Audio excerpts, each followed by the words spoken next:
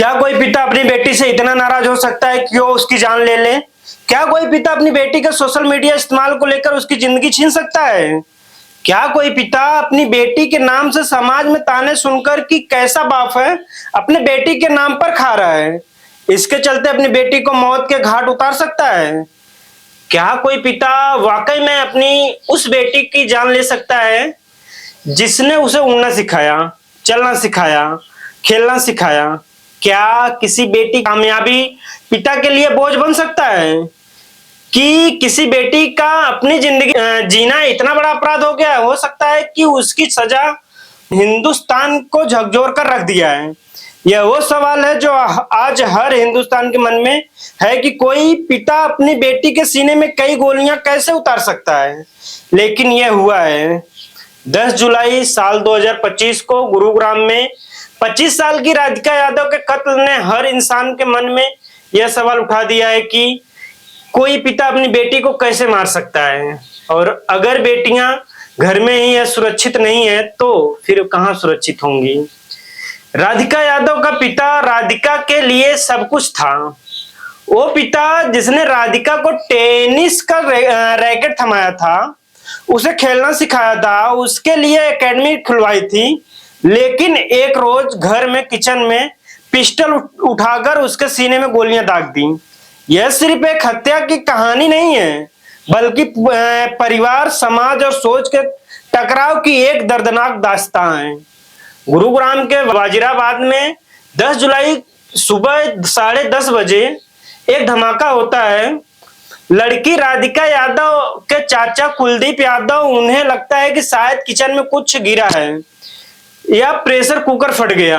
वो भागते हुए किचन में जाते हैं, लेकिन वहां जो तस्वीर दिखाई पड़ती है वो रूह कपाने वाली होती है, क्योंकि किचन में राधिका खून से लथपथ पड़ी थी और सामने उसका पिता हाथ में पिस्टल लिए खड़ा था। पुलिस की माने तो राधिका पर 5 गोलियां दागी गईं, 3 उसे लगीं। चाचा अस्पताल लेकर पहुंचे, लेकिन तब तक वो मर चुकी थी। पिता ने पुलिस के सामने कबूल कर लिया कि उसने ही अपनी बेटी को मार दिया, लेकिन सवाल यह है कि क्यों? राधिका कोई साधारण लड़की नहीं थी, शानदार खिलाड़ी थी, टेनिस की अच्छी रैंकिंग थी, कई राष्ट्रीय अंतरराष्ट्रीय टूर्नामेंट खेल चुकी थी, गुरुग्राम में अपने दम पर एक एकेडमी भी बनाई थी, एक इंडिपेंडेंट लड़की जो जिंदगी जी रही थी। क्या यही उसकी आजादी उसके पिता की नजरों में खटकने लगी और हत्या की वजह बन गई? पुलिस यह कह रही है कि दीपक और राधिका के बीच में टेनिस एकेडमी को लेकर तनाव था। पुलिस की माने तो दीपक यानी उसके पिता को यह बात परेशान कर रही थी कि समाज उसे क्यों उसकी बेटी कमाई पर खाने वाला कह रहा था, जबकि वो खुद एक सारे काम कर रहा था। पुलिस की माने तो वह राधिका को एकेडमी बंद करने के लिए कह रहा था, लेकिन राधिका नहीं मान रही थी। अब सवाल यह है कि क्या यह झगड़ा इतना बड़ा हो गया कि एक पिता अपनी बेटी की जान ले ले, या वो सच है जो अभी तक बताया नहीं जा रहा है, लेकिन इसके पीछे कोई सच है? हालांकि इस हत्याकांड में कई सवाल परेशान कर रहे हैं। कई सवाल ऐसे हैं जिनके जवाब अधूरे हैं, कई सवाल ऐसे हैं जो बहुत सारे सवाल खड़े कर रहे हैं, जैसे मां की चुप्पी।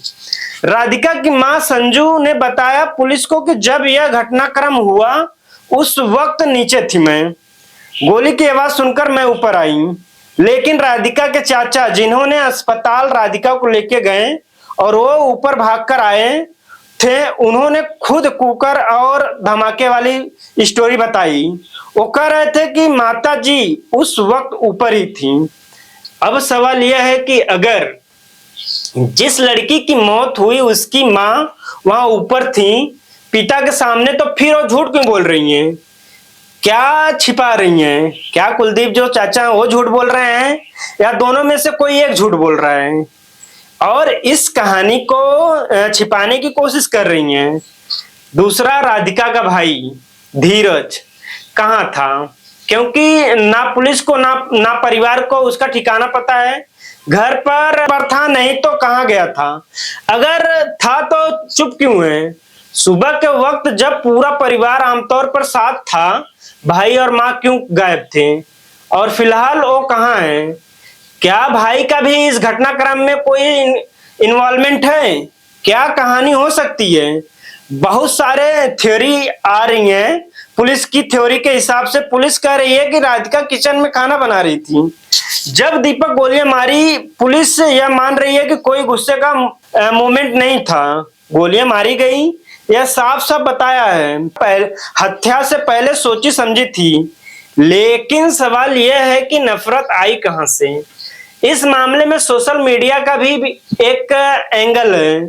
राधिका सोशल मीडिया पर बहुत एक्टिव थी, सोशल मीडिया पर रील्स बना रही थी दोस्तों के साथ, परिवार के साथ। यह बात उसके पिता और भाई को पसंद नहीं थी। उन्हें लग रहा था कि वाकई ये स्पोर्ट पर्सन या नाच गाना नहीं करना चाहिए। उन्हें यह बात पसंद नहीं आ रही थी कि लगता था कि यह बातें इज्जत पर आती हैं।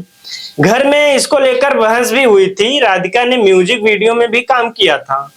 आजकल काफी इन्फ्लुएंसर हैं जो सोशल मीडिया पर फेमस होने के बाद म्यूजिक वीडियोज में काम करते हैं। रिश्तेदार तानेदार अड़ोसी पड़ोसी लोग मारते रहते थे, इज्जत पर सवाल उठाएंगे, कहेंगे ये नाच गाना क्यों कर रही है। लेकिन सवाल फिर यही है कि क्या यह डर इतना बड़ा था कि बेटी की जान ले ली जाए? दीपक कोई गरीब आदमी नहीं था, कोई असफल आदमी नहीं था, प्रॉपर्टी डीलिंग का काम कर रहा था, लाखों रुपए कमा रहा था। राधिका के लिए उसने महंगे महंगे रैकेट्स खरीदे, पढ़ाई छुड़वाई ताकि टेनिस पर ध्यान दे सके, एकेडमी के लिए एक जमीन दिलाई थी। लेकिन सवाल यह है कि एक पिता जो इतना सब कुछ करता, वो क्या बेटी कामयाबी से इतना चिढ़ सकता है? उसने जान ले लिया, थ्योरी कुछ और है। और अगर यह सच है कि कामयाबी के चलते जान ले ली है, तो जवाब समाज के तानों में छिपा है। लोग कह रहे थे कि बेटी की कमाई पर खा रहा बाप, क्या यही बात उसके अहंकार को चोट पहुंचा रही थी? क्योंकि भारत में बेटों की कमाई जो है वो गर्व का विषय है। लोग कहते हैं कि बेटे ने पिता का नाम रोशन किया। लेकिन जब बेटी कमाती है, नाम बनाती है, परिवार को संभालती है, तो समाज तंज क्यों कसता है? क्या भाई साहब बेटी की कमाई भी रहो, कहता है भाई साहब बेटी कमाई भी रहो। 2023 की स्टेटस ऑफ वॉकिंग में इंडिया सपोर्ट कहती थी कि संपन्न परिवार में बेटी के काम करने को अक्सर शर्मिंदगी माना जाता है। क्या राधिका की आजादी और असफलता इसी सोच को चुनौती दे रही है? यह हत्याकांड यह बताता है कि सोशल मीडिया मनोरंजन नहीं बल्कि परिवार में तनाव का कारण भी बन रहा है। भारत में 78 करोड़ लोग इंटरनेट का इस्तेमाल करते हैं और औसतन हर दिन 6 से 7 घंटे स्क्रीनिंग बिताते हैं।